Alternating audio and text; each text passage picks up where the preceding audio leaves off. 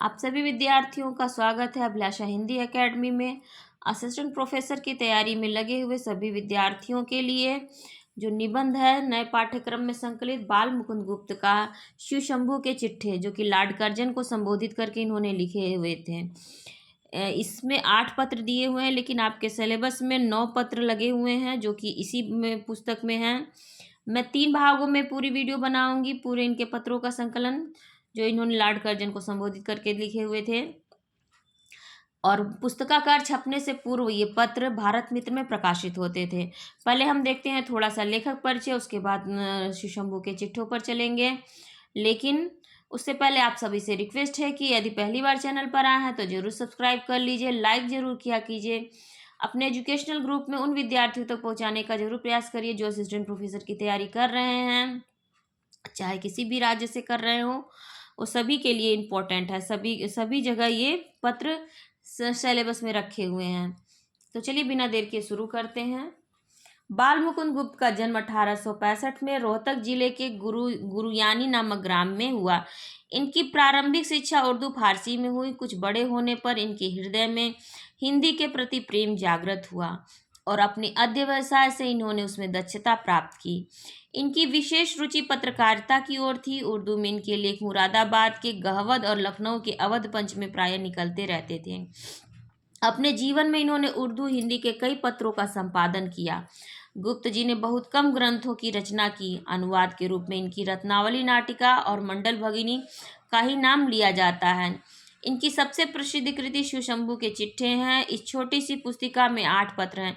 ये 8 पत्र यहाँ पर गलती से लिखा हुआ है क्योंकि 9 पत्र आपके इसी निबंध में आपके सिलेबस में संकलित हैं, जो तत्कालीन वायसराय लॉर्ड कर्जन को संबोधित करके 11 अप्रैल 1903 से लेकर के 21 अक्टूबर 1905 के बीच लिखे गए और पुस्तकाकार छपने से पूर्व भारत मित्र में प्रकाशित हुए। श्री बाल मुकुंद गुप्त की गणना अपने समय के यशस्वी पत्रकारों में होती है। वे हिंदी के सच्चे हितैषियों में से थे। सन 1907 में उनकी मृत्यु हो गई। तो 1965 में जन्म हुआ, 1865 में जन्म हुआ और 1907 में इनकी मृत्यु हुई। 1865-1907। बाल मुकुंद गुप्त जी द्वारा लिखित शिव शंभू के चिट्ठे ऐतिहासिक महत्व के राजनीतिक पत्र हैं। इसमें गुप्त जी की निर्भीकता और पत्रकारिता कला को देखा जा सकता है। इनमें व्यंग्य शैली का प्रयोग हुआ है और लेखक ने लॉर्ड कर्जन को प्रजा का शासक तथा अपने आप को प्रजा का प्रतिनिधि और हितैषी बनाकर प्रस्तुत किया है। गुप्त जी के निबंधों में इनकी अभिव्यक्ति क्षमता चरम कलात्मक उत्कर्ष पर पहुंची हुई दिखाई देती है। इनमें व्यंग्योक्तियों और कटुक्तियों के विदग्ध प्रयोग मिलते हैं।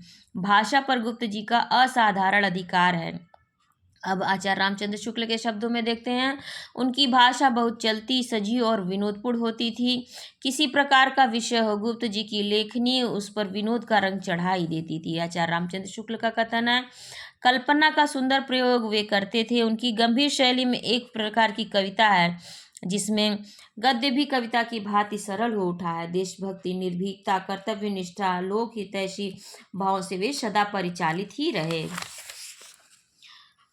बनाम लॉर्ड कर्जन निबंध में गुप्त जी ने लॉर्ड कर्जन की हृदयहीनता को स्पष्ट किया है। अंग्रेज शोषक थे। उन्होंने इस देश की जनता को कभी आत्मीयता से नहीं देखा। जितने वायसराय आए उनमें सबसे क्रूर लॉर्ड कर्जन थे। इस देश में वायसराय के रूप में आने के बाद लॉर्ड कर्जन यहाँ की जनता के प्रति अपना कर्तव्य नहीं निभाया।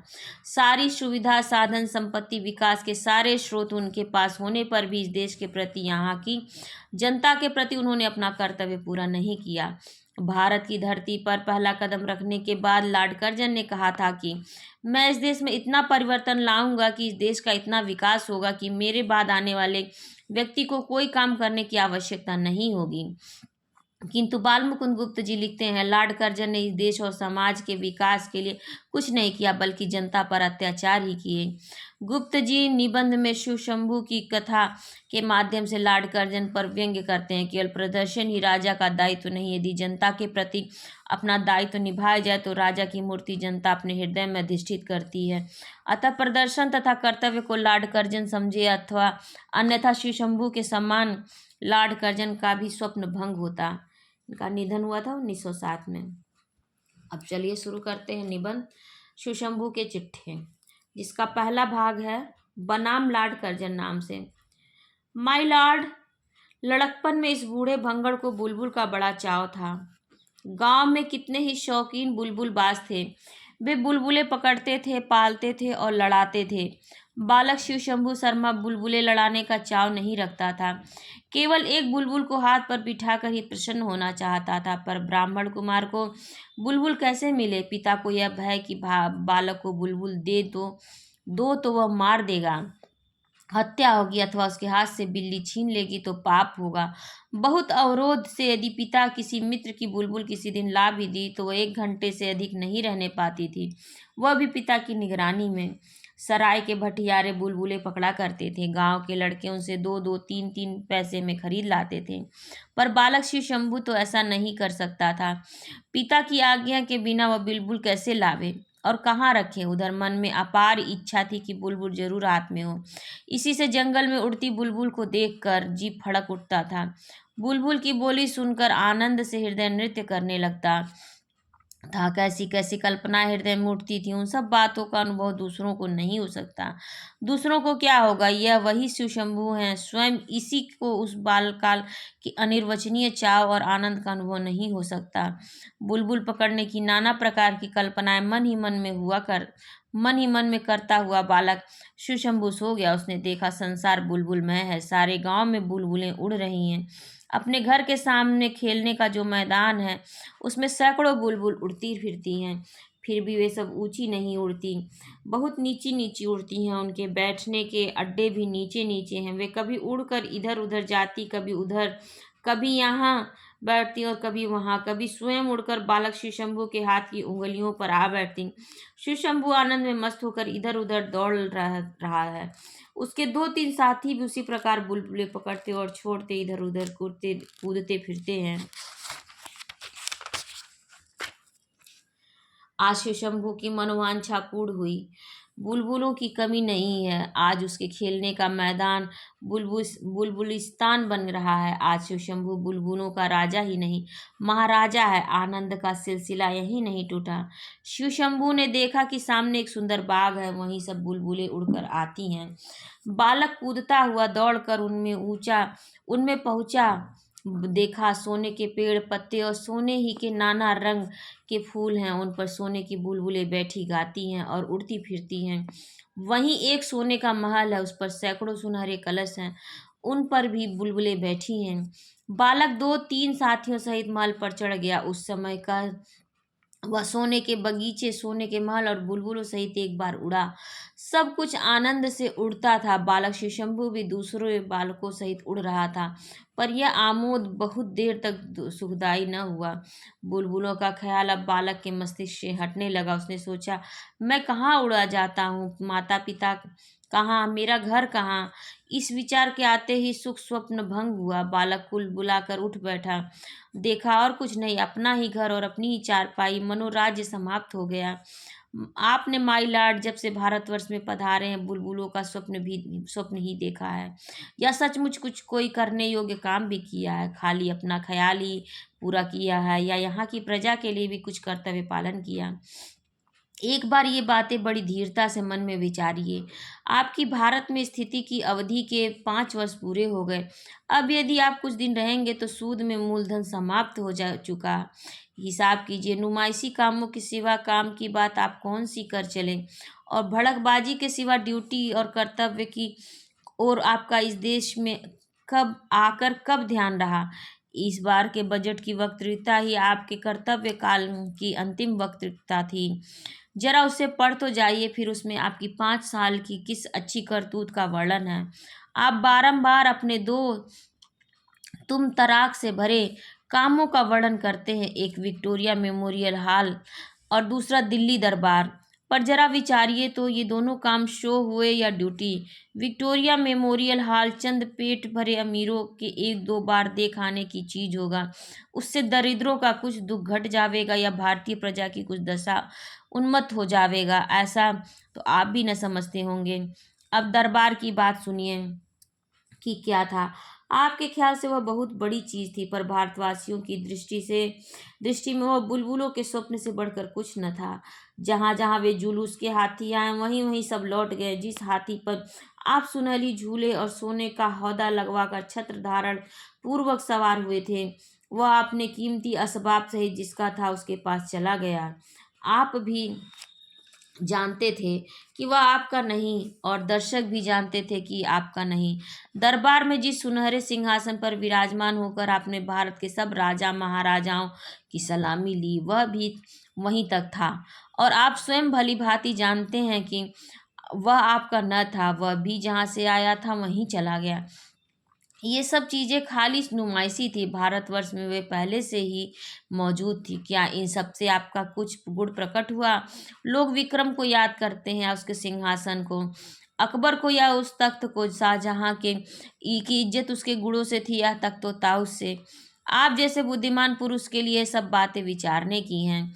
चीज वह बननी चाहिए जिसका कुछ देर काम हो। माता पिता की याद आते ही बालक शिव शंभू का सुख स्वप्न भंग हो गया। दरबार समाप्त होते ही वह दरबार भवन व एमपी थिएटर तोड़कर रख देने की वस्तु हो गया। उधर बनाना इधर उखाड़ना पड़ा।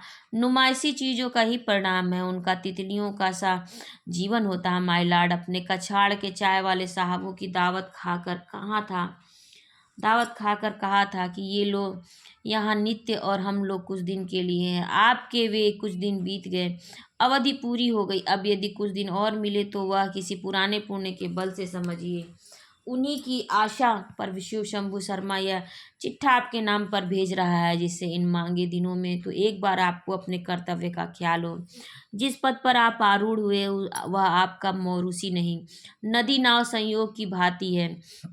आगे भी कुछ आशा नहीं कि इस बार छोड़ने के बाद आपका इससे कुछ संबंध रहे, किंतु जितने दिन आपके हाथ में शक्ति है उतने दिन कुछ करने की शक्ति भी है। जो कुछ आपने दिल्ली आदि में कर दिखाया उसमें आपका कुछ भी न था, पर वह सब कर दिखाने की शक्ति आप में थी। इसी प्रकार जाने से पहले इस देश के लिए कोई असली काम कर जाने की शक्ति आप में है। इस देश की प्रजा के हृदय में कोई स्मृति मंदिर बना जाने की शक्ति आप में है, पर यह सब तब हो सकता है कि वैसी स्मृति की कुछ कदर आपके हृदय में भी हो। स्मरण रहे, धातु की मूर्तियों के स्मृति चिन्ह से एक दिन किले का मैदान भर जाएगा। महारानी का स्मृति मंदिर मैदान की हवा रोकता था या न रोकता था, पर दूसरों की मूर्तियां इतनी हो जाएंगी कि 50-50 हाथ पर हवा को टकरा कर चलना पड़ेगा। जिस देश में लॉर्ड लैंसडाउन की मूर्ति बन सकती है उसमें और किस किस की मूर्ति नहीं बन सकती। माय लॉर्ड, क्या आप भी चाहते हैं कि उसके आसपास आपकी एक वैसी ही मूर्ति खड़ी हो? ये मूर्तियां किस प्रकार की स्मृति चिन्ह है? इस दरिद्र देश के बहुत से धन की एक ढेरी है जो किसी काम नहीं आ सकती। एक बार जाकर देखने से ही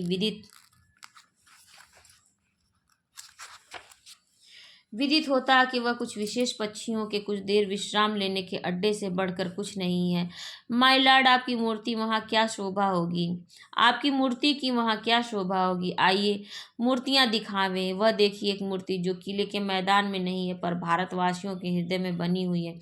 पहचानिए, इस वीर पुरुष ने मैदान की मूर्ति से इस देश के करोड़ों गरीबों के हृदय में मूर्ति बनवाना अच्छा समझा। यह लॉर्ड रिपन की मूर्ति है और देखिए एक स्मृति मंदिर। यह आपके 50 लाख के संगमरमर वाले से अधिक मजबूत और सैकड़ों गुना कीमती है। यह स्वर्गीय विक्टोरिया महारानी का सन 1858 इसका घोषणा पत्र है। आपकी यादगार भी यहीं बन सकती है। यदि इन दो यादगारों की आपके जी में कुछ इज्जत हो, मतलब समाप्त हो गया। जो लिखना था वह लिखा गया है। अब खुलासा बात यह है कि एक बार शो और ड्यूटी का मुकाबला कीजिए। शो को शो ही समझिए, शो ड्यूटी नहीं है। माय लॉर्ड, आपके दिल्ली दरबार की याद कुछ दिन बाद उतनी ही रह जाएगी जितनी शिव शंभू शर्मा के सिर में बालकपन के उस सुख स्वप्न की है। ये 11 अप्रैल 1903 में भारत मित्र में प्रकाशित हुआ था। अब ये दूसरा चिट्ठा है, श्रीमान का स्वागत इसका शीर्षक है। क्या शीर्षक है? श्रीमान का स्वागत। जो अटल है वह टल नहीं सकता, जो होनहार है वह होकर रहती है। इसी से फिर 2 वर्ष के लिए भारत के वायसराय और गवर्नर जनरल होकर लॉर्ड कर्जन आते हैं। बहुत से विघ्नों को हटाते और बाधाओं को भगाते फिर एक बार भारत भूमि में आपका पदार्पण होता है। इस शुभ यात्रा के लिए वह गत नवंबर को सम्राट एडवर्ड से भी विदा ले चुके हैं। दर्शन में अब अधिक विलंब नहीं। इस समय भारतवासी ये सोच रहे हैं कि आप क्यों आते हैं, और आप ये जानते भी हैं कि आप क्यों आते हैं। यदि भारतवासियों का बस चलता तो आपको न आने देते, और आपका बस चलता तो और भी कई सप्ताह पहले आ भी रास्ते। पर दोनों ओर की बात किसी और के ही हाथ में है। निरे बेबस भारतवासियों का कुछ बस नहीं, और बहुत बातों पर बस रखने वाले लॉर्ड कार्जन को भी बहुत बातों में बेबस होना पड़ता है। इसी से भारतवासियों को लॉर्ड कर्जन का आना देखना पड़ता है, और उक्त श्रीमान को अपने चलने में विलंब देखना पड़ता है। कवि कहता है, जो कुछ खुदा दिखावे सो लाचार देखना। अभी भारतवासियों को बहुत कुछ देखना, और लॉर्ड कर्जन को भी बहुत कुछ। श्रीमान को न शासन काल के ये 2 वर्ष निसंदेह देखने की वस्तु होंगे। अभी से भारतवासियों की दृष्टि सिमट कर उस ओर पर जा पड़ी है। यह जबरदस्त दृष्टा लोग अब बहुत काल से केवल निर्लिप्त निराकार तटस्थ दृष्टावस्था में अतृप्त लोचन से देख रहे हैं, और न जाने कब तक देखे जावेंगे। अथक ऐसे हैं कि कितने ही तमाशे देख गए पर दृष्टि नहीं हटाते। उन्होंने पृथ्वीराज जयचंद की तबाही देखी, मुसलमानों की बादशाही देखी, अकबर बीरबल खाना और तानसेन देखे, शाहजन जहानी तख्ते ताउस और शाही जुलूस देखे। फिर वही तख्त नादिर को उठाकर ले जाते देखा। शिवाजी और औरंगजेब देखे, क्लाइव हेस्टिंग से वीर अंग्रेज देखे। देखते देखते बड़े शौक से लॉर्ड कर्जन का हाथियों का जुलूस और दिल्ली दरबार देखा। अब गोरे पहलवान मिस्टर सेंडो का छाती पर कितने ही मन बोझ उठाना देखने को टूट पड़ते हैं। कोई दिखाने वाला चाहिए। भारतवासी देखने को सदा प्रस्तुत हैं। इस गुण में वे मोछ मरोड़ कर कह सकते हैं कि संसार में कोई उनका सानी नहीं। लॉर्ड कर्जन भी अपनी शासित प्रजा का यह गुण जान गए थे। इसी से श्रीमान ने लीला में रूप धारण करके कितनी ही लीलाएं दिखाई। इसी से लोग कुछ सोच विचार कर रहे हैं कि इन 2 वर्षों में भारत प्रभु लॉर्ड कर्जन और क्या करेंगे। पिछले 5 साल से अधिक समय में श्रीमान ने जो कुछ किया उसमें भारतवासी इतना समझने लगे हैं कि श्रीमान की रुचि कैसी है और कितनी बातों को पसंद करते हैं। यदि वह चाहें तो फिर हाथियों का एक बड़ा भारी जुलूस निकलवा सकते हैं, पर उसकी वैसी कुछ ज़रूरत नहीं जान पड़ती, क्योंकि जो जुलूस वह दिल्ली में निकलवा चुके हैं उसमें सबसे ऊंचे हाथी पर बैठ चुके हैं। उसमें उससे ऊंचा हाथी यदि दूसरी पृथ्वी में नहीं तो भारतवर्ष में तो और नहीं है। इसी से फिर किसी हाथी पर बैठने का श्रीमान को और क्या चाव हो सकता है। इससे ऊंचा हाथी और नहीं, ऐरावत का केवल नाम है, देखा किसी ने नहीं है। मेमत की हड्डियां किसी किसी अजायब खाने में उसी भांति आश्चर्य की दृष्टि से देखी जाती हैं, जैसे श्रीमान के स्वदेश के अजायब खाने में कोई छोटा मोटा हाथी। बहुत लोग कह सकते हैं कि हाथी की छोटाई बड़ाई पर बात नहीं, जुलूस निकले तो फिर भी निकल सकता है, दिल्ली नहीं तो कहीं और सही, क्योंकि दिल्ली में आतिशबाजी खूब चल चुकी थी, कलकत्ते में फिर चलाई गई। दिल्ली में हाथियों की सवारी हो चुकने पर भी कलकत्ते में रोशनी और घोड़ा गाड़ी का तार जमा था। कुछ लोग कहते हैं कि जिस काम को लॉर्ड कर्जन पकड़ते हैं पूरा करके छोड़ते हैं। दिल्ली दरबार में कुछ बातों की कसर रह गई थी। उदयपुर के महाराणा ने तो हाथियों के जुलूस में साथ चल सके, न दरबार में हाजिर होकर सलामी देने का मौका उनको मिला। इसी प्रकार बड़ौदा नरेश हाथियों के जुलूस में शामिल न थे। वह दरबार भी आए तो बड़ी सीधी सादी पोशाक में, इतनी सीधी सादी में कि जितनी में आज कलकत्ते में फिरते हैं। वह ऐसे तुम तराक और ठाठ बाट का समय था कि स्वयं श्रीमान वैसराय को पतलून तक कारचोबी की पहनना और राजा महाराजाओं की काठ की तथा ड्यूक्स ऑफ कनाट की को चांदी की कुर्सी पर बिठाकर स्वयं सोने के सिंहासन पर बैठना पड़ा। उस मौके पर बड़ौदा नरेश का इतनी सफाई और सादगी से निकल जाना एक नई आन था। इसके सिवा उन्होंने झुक के सलाम नहीं किया था, बड़ी सादगी से हाथ मिलाकर चल दिए थे। ये कई एक कम कसरें ऐसी हैं जिनके मिटाने को फिर दरबार हो सकता है, फिर हाथियों का जुलूस निकल सकता है। इन लोगों के विचार में कलाम नहीं, पर समय कम है, काम बहुत होंगे। इसके सिवा कई राजा महाराजा पहले दरबार में ही खर्चे से इतने दब चुके हैं कि श्रीमान लॉर्ड कर्जन के बाद यदि 2 वायसराय और आवे और 5-5 की जगह 7-7 साल तक शासन करे तब भी उनका सिर उठाना कठिन है। इससे दरबार या हाथियों के जुलूस फिर आशा रखना व्यर्थ है। पर सुना है अब के विद्या का उद्धार श्रीमान जरूर करेंगे। उपकार का बदला देना महत् पुरुषों का काम है। विद्या ने आपको धनी किया, इससे आप विद्या को धनी करना चाहते हैं। इसी से कंगालों से छीनकर आप धनियों को विद्या देना चाहते हैं। इससे विद्या का वह कष्ट मिट जावेगा जो उसे कंगाल को धनी बनाने में होता है। नींव पड़ चुकी है, नमूना कायम होने में देर नहीं। अब तक गरीब पढ़ते थे, इससे धनियों की निंदा होती थी कि वे पढ़ते नहीं। अब गरीब न पढ़ सकेंगे, इससे धनी पढ़े न पढ़े उनकी निंदा न होगी। इस तरह लॉर्ड कर्जन की कृपा उन्हें बेपढ़े भी शिक्षित कर देगी।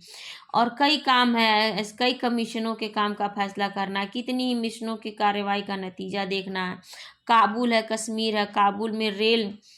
काबुल में रेल चल सकती है, कश्मीर में अंग्रेजी बस्ती बस सकती है। चाय के प्रचार की भांति मोटर गाड़ी के प्रचार की इस देश में बहुत ज़रूरत है। बांग्लादेश का पार्टीशन भी एक बहुत ज़रूरी काम है। इससे सबसे ज़रूरी काम विक्टोरिया मेमोरियल हॉल है। सन 1858 इसकी घोषणा। अब भारतवासियों को अधिक स्मरण रखने की जरूरत न पड़ेगी। श्रीमान स्मृति मंदिर बनवाकर स्वर्गीय महारानी विक्टोरिया का ऐसा स्मारक बनवा देंगे जिसको देखते ही लोग जान जाएंगे कि महारानी वह थी जिनका यह स्मारक है। बहुत बातें हैं, सबको भारतवासी अपने दिमागों में नहीं ला सकते। कौन जानता श्रीमान लॉर्ड कर्जन दिमाग में कैसे कैसे आली ख्याल भरे हुए हैं। आपने स्वयं फरमाया था कि बहुत बातों में हिंदुस्तानी अंग्रेजों का मुकाबला नहीं कर सकते। फिर लॉर्ड कर्जन तो इंग्लैंड के रत्न हैं, उनके दिमाग की बराबरी कर गुस्ताखी करने की यहाँ लोगों को यह बूढ़ा भंगड़ कभी सलाह नहीं दे सकता। श्रीमान किसी आलो दिमाग शासक हैं। श्रीमान कैसे आलो दिमाग शासक हैं, यह बात उन लगातार कई व्याख्यानों से टपक पड़ती है जो श्रीमान ने विलायत में दिए थे और जिनमें विलायत वासियों को यह समझने की चेष्टा की थी कि हिंदुस्तान क्या वस्तु है। आपने साफ दिखा दिया था कि विलायतवासी यह नहीं समझ सकते कि हिंदुस्तान क्या है। हिंदुस्तान को स्वयं श्रीमान ही समझते हैं। विलायत वाले समझते तो क्या समझते। विलायत में उतना बड़ा हाथी कहाँ जिस पर चंवर छत्र लगाकर चढ़े। फिर कैसे समझा सकते कि वह किस उच्च श्रेणी के शासक हैं। यदि कोई ऐसा उपाय निकल सकता जिससे वह एक बार भारत को विलायत तक खींच ले जा सकते तो विलायत वालों को समझा सकते कि भारत क्या है और श्रीमान का शासन क्या है। आश्चर्य नहीं भविष्य में ऐसा कुछ उपाय निकल आवे, क्योंकि अभी बहुत कुछ करेगा। भारतवासी जरा भय न करें, उन्हें लॉर्ड कर्जन के शासन में कुछ करना न पड़ेगा। आनंद ही आनंद है, चैन से भांग पियो और मौज उड़ाओ। नजीर खूब कह गया है, कुंडी के नकारे पे खुदके का लगा डंका। नित भांग पी के प्यारे दिन रात बजा डंका। पर एक प्याला इस बूढ़े ब्राह्मण को देना भूल न जाना। ये छपा था 26 नवंबर 1904 को भारत में प्रकाशित हुआ था। अब इस तीसरा चिट्ठा है वायसराय का कर्तव्य। माय लॉर्ड, आपने इस देश में फिर पदार्पण किया, इससे यह भूमि कृतार्थ हुई। विद्वान, बुद्धिमान और विचारशील पुरुषों के चरण जिस भूमि पर पड़ते हैं वह तीर्थ बन जाती है। आप में उक्त तीनों गुणों के सिवा चौथा गुण राजशक्ति का है। अतः आपके श्री चरण स्पर्श से भारत भूमि तीर्थ से भी कुछ बढ़कर बन गई है। आप गत मंगलवार को फिर से भारत के राज सिंहासन पर सम्राट के प्रतिनिधि बनकर विराजमान हुए। भगवान आपका मंगल करे और इस पतित देश के मंगल की इच्छा आपके हृदय में उत्पन्न करे। बम्बई में पांव रखते ही आपने अपने मन की कुछ बात कर डाली। यद्यपि बम्बई के म्यूनिसिपैलिटीज ने वे बातें सुनने की इच्छा अपने अभिनंदन पत्र में प्रकाशित नहीं की थी, तथापि आपने बेपूछे ही कर डाले।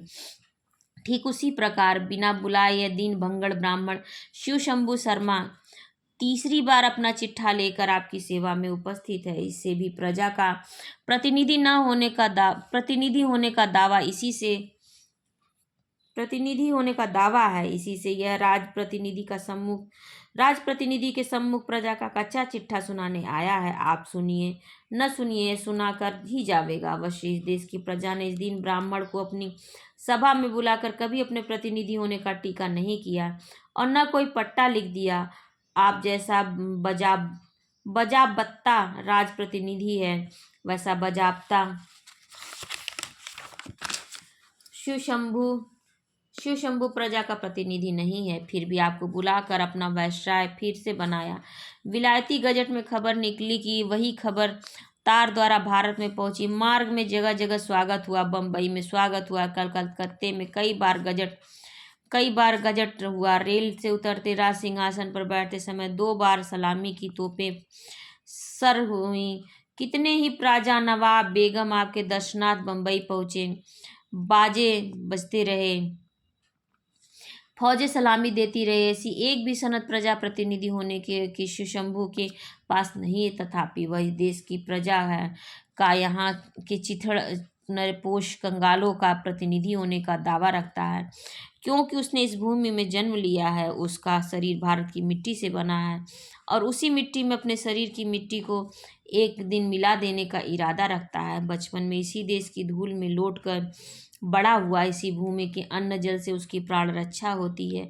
इसी भूमि से कुछ आनंद हासिल करने को उसे भंग की चंद पत्तियां मिल जाती हैं। गांव में उसका कोई झोपड़ा नहीं, जंगल में खेत नहीं, एक पत्ती पर भी उसका अधिकार नहीं। इस भूमि को छोड़कर उसका संसार में कहीं ठिकाना भी नहीं है। इस भूमि पर उसका जरा सा भी स्वतः न होने पर भी वह अपनी समझता है, इसे अपनी समझता है। शिवशंभू को कोई नहीं जानता। जो जानते हुए संसार में एकदम अनजान है। उन्हें कोई जानकर भी जानना नहीं चाहता। जानने की चीज शिवशंभू के पास कुछ नहीं है। उसकी कोई उपाधि नहीं, राज दरबार में उसकी पूछ नहीं, हाकिमों से हाथ मिलाने की उसकी हैसियत नहीं, उसकी हाँ में हाँ मिलाने की उसे ताब नहीं। वह एक कपर्दक शून्य घमंडी ब्राह्मण है। हे राज प्रतिनिधि, क्या उसकी 2-4 बातें सुनिएगा। आपने बम्बई में कहा है कि भारत भूमि को मैं किस्सा कहानी की भूमि नहीं, कर्तव्य भूमि समझता हूँ। उसी कर्तव्य के पालन के लिए आपको ऐसे कठिन समय में भी दूसरी बार भारत में आना पड़ा। माय लॉर्ड, इस कर्तव्य भूमि को हम लोग कर्म भूमि कहते हैं। आप कर्तव्य पालन करने आए हैं और हम कर्मों का भोग भोगने। आपके कर्तव्य पालन की अवधि है, हमारे कर्म भोग की अवधि नहीं। आप कर्तव्य पालन करके कुछ दिन पीछे चले जाएंगे, हमें कर्म के भोग भोगते भोगते यहीं समाप्त होना होगा। और ना जाने फिर कब तक वह भोग समाप्त होगा। जब थोड़े दिन के लिए आपका इस भूमि से स्नेह है, तो हम लोगों का कितना भारी स्नेह होना चाहिए, यह अनुमान कीजिए, क्योंकि हमारा इस भूमि में जीने मरने का साथ है। माय लॉर्ड, यद्यपि आपको इस बात का बड़ा अभिमान है कि अंग्रेजों में आपकी भांति भारतवर्ष में विषय में शासन नीति समझने वाला और शासन करने वाला नहीं है। यह बात विलायत में भी आपने कई बार हेर फेर लगा कर कही और इस बार बम्बई में उतरते ही फिर कही। आप इस देश में रहकर 72 महीने तक जिन बातों की नींव डालते रहे, अब उन्हें 24 मास या उससे कम में पूरा कर जाना चाहते हैं। सरहदों पर फौलादी दीवारें बना देना चाहते हैं, जिससे इस देश की भूमि को कोई बाहरी शत्रु उठाकर अपने घर में न ले जावे, अथवा जो शांति आपके कथनानुसार आपके कथनानुसार धीरे धीरे यहाँ संचित हुई, उसे इतना पक्का कर देना चाहते हैं कि आपके बाद जो वैसराय आपके राज सिंहासन पर बैठे, उसे शौकीनी और खेल तमाशे के सिवा दिन में और नाच बाल या निद्रा के सिवा रात को कुछ करना ना पड़ेगा। पर सच जानिए कि आपने इस देश को कुछ नहीं समझा, खाली समझने की शेखी में रहे, और आशा नहीं कि इन अगले कई महीनों में कुछ समझे। किंतु इस देश ने आपको खूब समझ लिया और अधिक समझने की जरूरत नहीं रही। यद्यपि आप कहते हैं कि यह कहानी का देश नहीं, कर्तव्य का देश है, तथापि यहाँ की प्रजा ने समझ लिया कि आपका कर्तव्य ही कहानी है।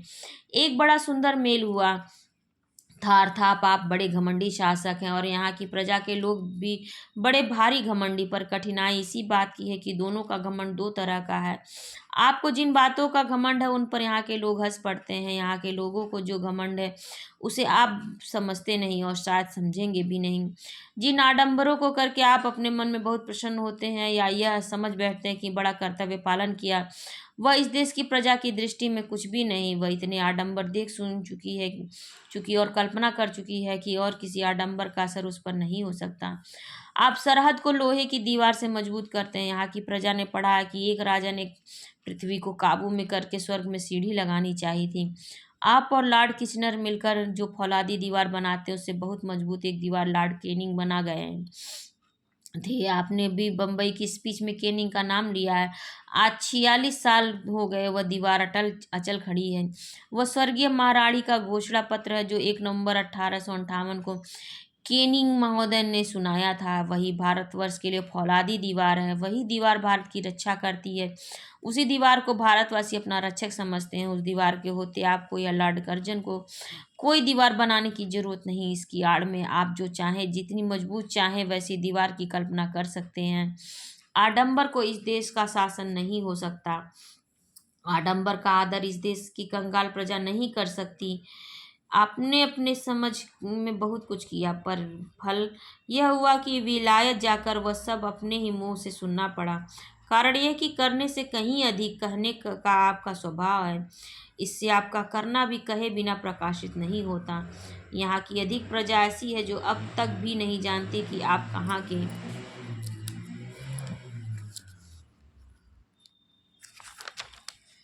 कहाँ के वायसराय और राजप्रतिनिधि हैं। आप एक बार विलायत जाकर फिर से भारत में आए। अपने गरीब प्रजा की ओर न कभी दृष्टि खोलकर देखा, न गरीबों ने आपको जाना। आप आपकी बातों से आपकी वह चेष्टा नहीं पाई जाती। इससे स्मरण रहे, जब अपने पद को त्याग कर आप फिर स्वदेश में जाएंगे तो चाहे आपको अपने कितने ही गुण कीर्तन करने का अवसर मिले, यह तो कभी न कह सकेंगे कि कभी भारत की प्रजा का मन भी अपने हाथ में किया था। यह वह देश है जहाँ की प्रजा एक दिन पहले रामचंद्र का तिलक पाने के आनंद में मस्त थी, और अगले दिन अचानक रामचंद्र वन को चले तो रोती रोती उनके पीछे जाती थी। भारत को उस प्रजा का मन प्रसन्न करने के लिए कोई बाहरी दरबार नहीं करना पड़ा, हाथियों का जुलूस नहीं निकालना पड़ा, वरंच दौड़कर वन में जाना पड़ा और रामचंद्र को फिर अयोध्या में लाने का यत्न करना पड़ा। जब वह न आए तो उनकी खड़ाऊ को सिर पर धरकर अयोध्या तक आए और खड़ाऊओं को राज सिंहासन पर रखकर स्वयं 14 वर्ष तक वल्कल धारण करके उनकी सेवा करते रहे। तब प्रजा ने समझा भारत अयोध्या का शासन करने के योग्य हैं। माय लॉर्ड, आप वक्तृता देने में बड़े दक्ष हैं, पर यहाँ वक्तृता का कुछ और ही वजन है। सत्यवादी युधिष्ठिर के मुंह से जो निकला था वही होता था। आयु भर में उसने एक बार बहुत भारी पॉलिटिकल जरूरत पड़ने पर कुछ सहज सा झूठ बोलने की चेष्टा की थी। वही बात महाभारत में लिखी हुई है। जब तक महाभारत है वह बात भी रहेगी। एक बार अपनी वक्तृताओं से इस विषय को मिलाइए और फिर विचारिए कि इस देश की प्रजा के साथ आप किस प्रकार अपना कर्तव्य पालन करेंगे।